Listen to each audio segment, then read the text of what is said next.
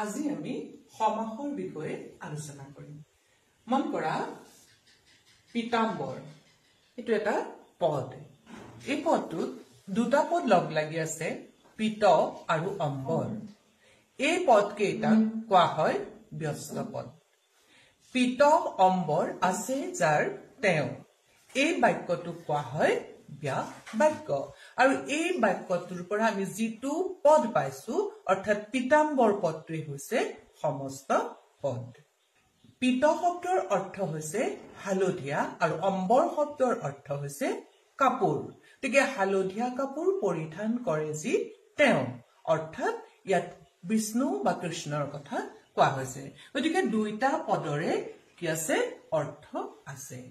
আমি বুজি পালো যে দুটা বা তাতোধিক অৰ্থৰ সংগতি থকা পদে এটা পদ হোৱাকে বা একপদী হোৱাকে সমাস বুলি কোৱা হয়।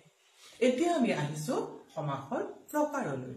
সমাস 6 প্ৰকাৰ বা 6টা। দ্বন্দ্ব সমাস, দ্বিগু সমাস, বহুব্ৰীহি সমাস, কৰ্মধাৰয় সমাস, তৎপুৰুষ সমাস আৰু অব্যয়ীভাৱ সমাস। এতিয়া আমি প্ৰতিটো সমাসে পৰ্যায়ক্ৰমে আলোচনা কৰিম। প্ৰথমতে আহিছো আমি দ্বন্দ্ব সমাস। ককাই আৰু ভাই, ককাই ভাই, এই সমস্ত পদটোত ব্যাস বাক্যৰ আৰু পদটো লোপ পাইছে, অৰ্থাৎ আৰু অব্যয় পদটো সমস্ত পদত ব্যৱহাৰ হোৱা নাই। গতিকে অব্যয় পদৰ বিলুপ্তি ঘটি যি সমাস হয় তাকে কোৱা হয় দ্বন্দ্ব সমাস। এই দ্বন্দ্ব সমাসৰ প্ৰকাৰ হৈছে ইতৰেতৰ দ্বন্দ্ব, সমাহাৰ দ্বন্দ্ব আৰু একশেষ দ্বন্দ্ব। ইতৰেতৰ দ্বন্দ্ব ছাত্ৰ আৰু ছাত্ৰী, ছাত্ৰ ছাত্ৰী। ইয়াত আমি ছাত্ৰ ছাত্ৰী বুলি কওঁতে যি বুজি পাইছো, ছাত্ৰ আৰু ছাত্ৰী বুলি কওঁতো আমি একেটা কথাকে বুজি পাইছো। গতিকে যেতিয়া সমস্ত পদটোৰ অৰ্থ আৰু ব্যস্ত পদৰ অৰ্থ একেই থাকে, কোনো পৰিৱৰ্তন বা সলনি নহয়, তাক ইতৰেতৰ দ্বন্দ্ব বুলি কোৱা হয়। সমাহাৰ দ্বন্দ্ব কিতাপ পত্ৰ, কাপোৰ কানি। ইয়াত কিতাপ পত্ৰ বুলি কওঁতে অকল এখন বা দুখন কিতাপৰ কথা কোৱা হোৱা নাই, এই একে জাতীয় কেইবাটাও বস্তুক সামৰি লৈছে। ঠিক সেইদৰে কাপোৰ কানি বুলি কওঁতে আমি সেই জাতীয় বহুতো বস্তুৰ কথা উপলব্ধি কৰিব পাৰো। গতিকে যেতিয়া এক ব্যস্ত পদত থকা অৰ্থৰ উপৰিও তেনে জাতীয় আন বহু বস্তুৰ বা প্ৰকাৰৰ কথা বুজায়, তেতিয়া তাক সমাহাৰ দ্বন্দ্ব বুলি কোৱা হয়। একশেষ দ্বন্দ্ব মামাহঁতৰ ঘৰ, অকণহঁতৰ ঘৰ। ইয়াত ব্যস্ত পদটো বহু বচনত ব্যৱহাৰ হৈছে।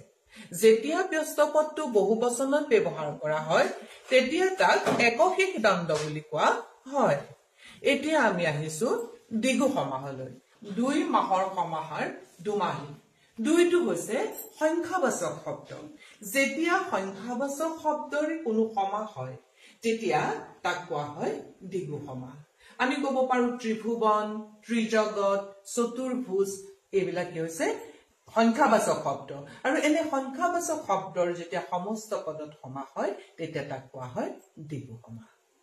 এতিয়া আমি আহিছো বহুব্ৰীহি সমাস। ভাটৌৰ দৰে নাক যাৰ, ভাটৌ নকা। ইয়াত কি হৈছে, ব্যস্ত পদৰ অৰ্থ সমস্ত পদত প্ৰকাশ নহৈ আন অৰ্থ প্ৰকাশ কৰিছে। যেতিয়া সমস্ত পদত আন অৰ্থ প্ৰকাশ পায় তেতিয়া তাক কোৱা হয় বহুব্ৰীহি সমাস। এই বহুব্ৰীহি সমাসৰ ভাগ কেইটা হৈছে কৰ্মধাৰয় বহুব্ৰীহি, তৎপুৰুষ বহুব্ৰীহি আৰু ব্যতিহাৰ বহুব্ৰীহি। এতিয়া চোৱা কৰ্মধাৰয় বহুব্ৰীহি। পিতলৰ দৰে চকু যাৰ তেওঁ, পিতল চকুৱা। অৰ্থাৎ ইয়াত কি কৰা হৈছে, তুলনা কৰা হৈছে। চকুযোৰ কেহৰ নিচিনা, পিতলৰ দৰে। গতিকে যেতিয়া কোনো সদৃশ, তুলনা আদি অৰ্থ প্ৰকাশ পায়, সমস্ত পদটোত সদৃশ, তুলনা আদি অৰ্থ প্ৰকাশ পায়, তেতিয়া তেনে সমাসক কি বুলি কোৱা হয়, কৰ্মধাৰয় বহুব্ৰীহি বুলি কোৱা হয়। এতিয়া আহিলে তৎপুৰুষ বহুব্ৰীহি। উদাহৰণটো মন কৰা, বিনা আছে পানীত যাৰ, বিনা পানী। ইয়াত কি কৰা হৈছে যে পোনপটীয়াকৈ অৰ্থটো প্ৰকাশ কৰা নাই। বিনা পানী মানে হৈছে সৰস্বতী, যাৰ হাতত বীণখন আছে। কাৰ হাতত বীণ আছে, সৰস্বতীৰ হাতত। গতিকে পোনপটীয়াভাৱে অৰ্থ প্ৰকাশ কৰা হোৱা নাই। গতিকে যেতিয়া সমস্ত পদটোৱে পোনপটীয়া অৰ্থ প্ৰকাশ নকৰি আন অৰ্থ প্ৰকাশ কৰে তেতিয়া তাক কোৱা হয় তৎপুৰুষ বহুব্ৰীহি। এতিয়া আহিছো ব্যতিহাৰ বহুব্ৰীহি হাতে হাতে ধৰি কৰা যুদ্ধ সমস্ত পদত হ'ব হতাহতি অৰ্থাৎ একেজাতীয় পদৰ মাজত কাৰ্য হৈছে হাতে হাতে হাতে হাতে ধৰি কৰা যুদ্ধ যেতিয়া একেজাতীয় পদৰ মাজত কাৰ্য হয় তেতিয়া তাক কোৱা হয় ব্যতিহাৰ বহুব্ৰীহি এতিয়া আমি আহিছো কৰ্মধাৰয় সমাস উদাহৰণটো মন কৰা সিংহ অংকিত আসন সিংহাসন ইয়াত কি হৈছে বিশেষ্য আৰু বিশেষণ পদৰ মাজত সম্বন্ধ ঘটিছে যেতিয়া বিশেষ্য আৰু বিশেষণ পদৰ মাজত সম্বন্ধ ঘটি সমস্ত পদ হয় অৰ্থাৎ পদটো সমাসবদ্ধ হয় তেতিয়া তাক কি কোৱা হয় কৰ্মধাৰয় সমাস বুলি কোৱা হয় ভাগ দুটা মধ্য পদলিপি কৰ্মধাৰয় আৰু অন্ত পদলিপি কৰ্মধাৰয় মধ্য পদলিপি কৰ্মধাৰয়ৰ উদাহৰণটো মন কৰা পদ্মৰ সদৃশ লোচন সমস্ত পদত হৈছে পদ্মলোচন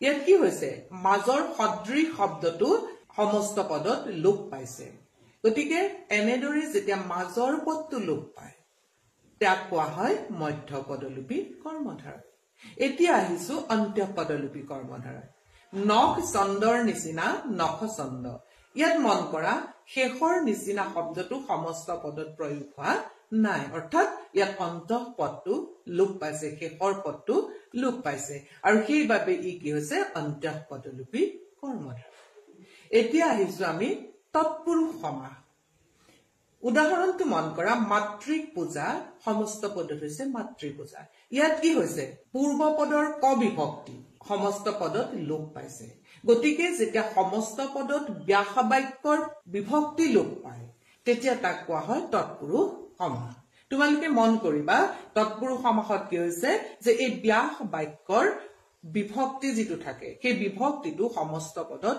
লোপ পায় এতিয়া আমি আহিছো তৎপুৰুষ সমাসৰ প্ৰকাৰলৈ দ্বিতীয় তৎপুৰুষ তৃতীয় তৎপুৰুষ চতুৰ্থী তৎপুৰুষ পঞ্চমী তৎপুৰুষ ষষ্ঠী তৎপুৰুষ সপ্তমী তৎপুৰুষ তোমালোকে উদাহৰণ কেইটা মন কৰিলে দেখা পাবা যে প্ৰত্যেকতে কি হৈছে সমস্ত পদত বিভক্তি লোপ পাইছে মন কৰা নাৰীক হত্যা নাৰী হত্যা ইয়াত কি হৈছে ক বিভক্তিটো লোপ পাইছে তৃতীয় তৎপুৰুষ মনেৰে সজা মনে সজা ইয়াত তৃতীয় বিভক্তিৰ চিন ৰে যেটো আমাৰ কি হৈছে ব্যাস বাক্যত ৰে ব্যৱহাৰ হৈছে সেই ৰেটো কিন্তু সমস্ত পদত নাইকিয়া হৈছে অৰ্থাৎ লোপ পাইছে ঠিক সেইদৰে চতুৰ্থী বিভক্তিত দেশলৈ ভক্তি সমস্ত পদত কি হৈছে লৈ লোপ পাইছে দেশভক্তি হৈছে সেইদৰে জন্মৰ পৰা অন্ধ পঞ্চমী বিভক্তিৰ চিন পৰা সম্বন্ধ পদত কিন্তু লোপ পাইছে সেইকাৰণে কি হৈছে জন্মান্ধ সেইদৰে ষষ্ঠী তৎপুৰুষত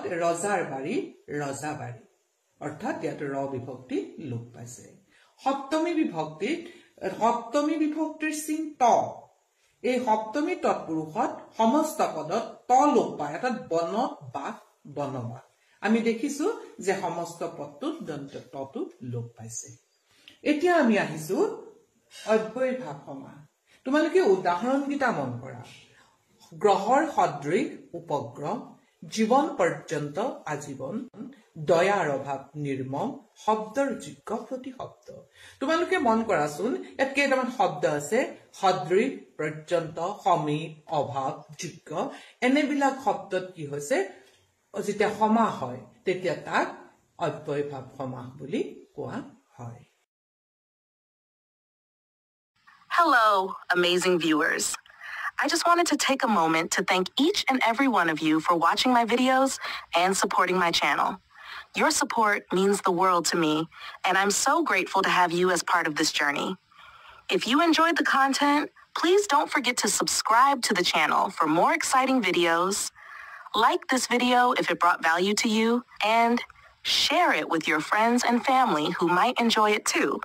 Your support helps the channel grow and reach more awesome people like you. Thank you once again for being here, and I'll see you in the next video. Feel free to personalize it further if you'd like.